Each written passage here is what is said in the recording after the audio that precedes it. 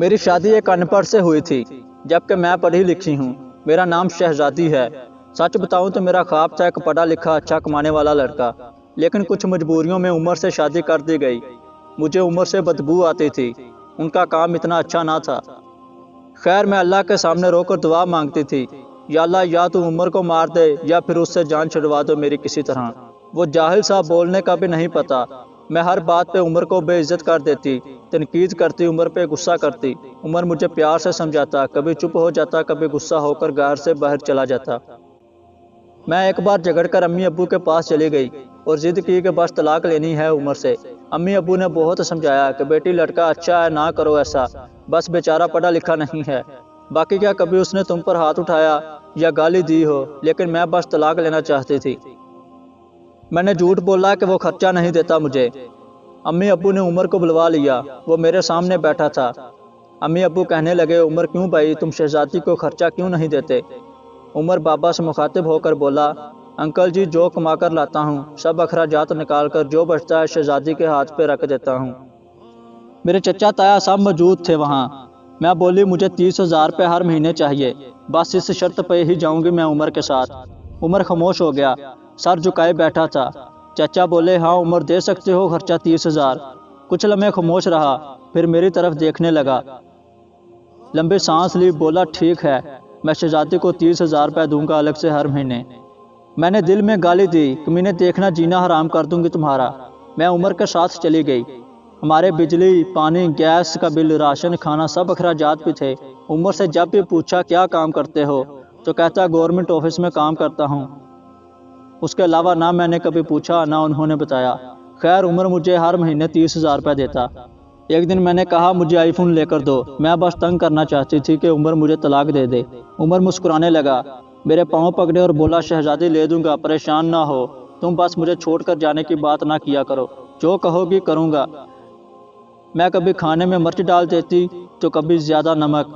وہ تھکا ہارا کام سے آتا، کھانا کھا کر بے ہوشی کی طرح سو جاتا۔ نہ جانے کون سا کام کرتا تھا کہ اتنا تھک جاتا ہے۔ میں جتنی نفرت کرتی تھی اس جال سے وہ اتنی محبت کرتا تھا۔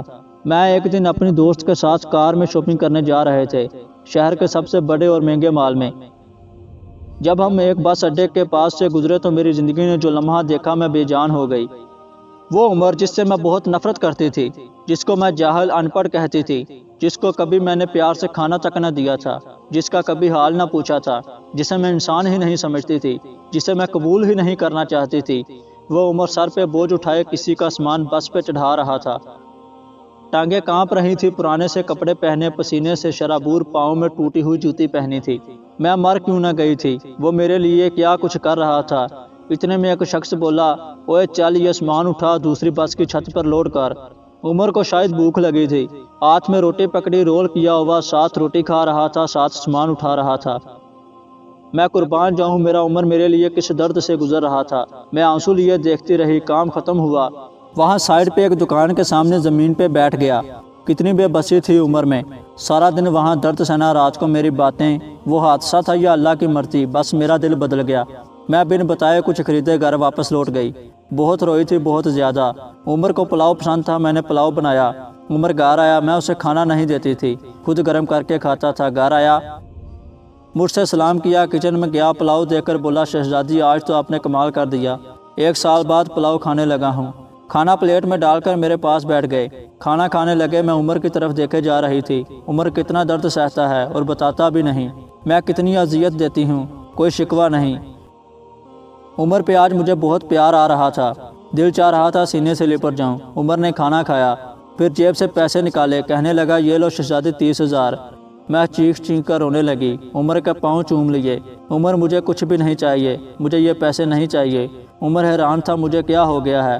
عمر نے میرا ہاتھ تھاما، بولے، اگر یہ پیسے کم ہیں تو اور لا دوں گا، مجھے چھوڑ کر نہ جانا۔ کہنے لگے، شہزادی بہت بولی ہو تم، پاگل، تم بچھڑنے کے بعد کہاں بھٹکو گی؟ خدا جانے بہت پیار کرتا ہوں نا تم سے، اس لیے تم کو خود سے دور نہیں کر سکتا۔ میں عمر کے سینے سے لگ گئی۔ آج مجھے نہ کوئی آئی فون چاہیے تھا، نہ کوئی بڑا گھر گاڑی، مجھے اب دنیا کی کوئی خبر نہ تھی۔ میری دنیا عمر بن چکا تھا۔ ہم عورتیں کیسے منہ پھاڑ کر کہہ دیتی ہیں، جب کھلا نہیں سکتے تھے تو شادی کیوں کی؟ بات بات پہ جھگڑا اور تانے شروع کر دیتی ہیں۔ کبھی اپنے شوہر کا وہ چہرہ دیکھنا جس میں میں نے عمر کا دیکھا تھا، خدا کی قسم ہم ایک سانس نہ لے سکیں اس ماحول میں۔ یہاں مرد اپنی فیملی کے لیے خود کو قربان کر دیتا ہے۔